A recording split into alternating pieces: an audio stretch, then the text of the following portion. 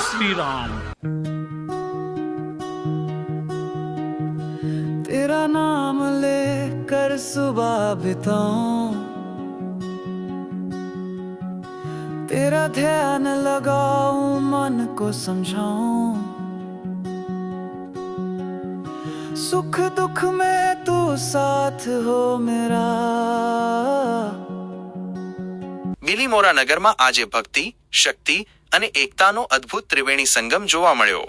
મર્યાદા પુરુષોત્તમ ભગવાન શ્રીરામના જન્મોત્સવ એટલે કે રામનવમીના પાવન પર્વે સમગ્ર બિલીમોરા પંથક જય શ્રી રામના નાદ સાથે ગુંજી ઉઠ્યું હતું। अपना घर बसा ले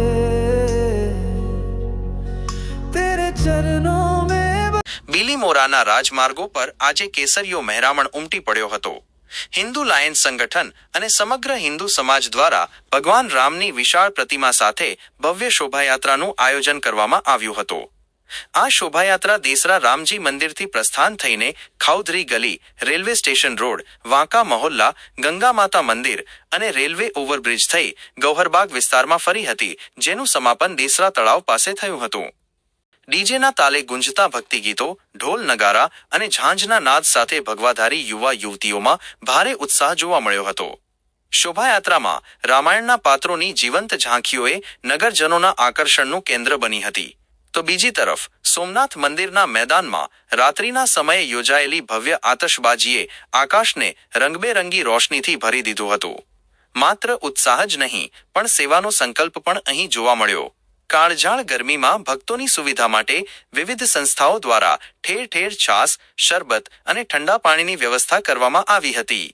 સાંજે મહાઆરતી અને ત્યારબાદ યોજાયેલા મહાપ્રસાદના ભંડારામાં હજારો ભક્તોએ પ્રસાદ ગ્રહણ કરી ધન્યતા અનુભવી હતી।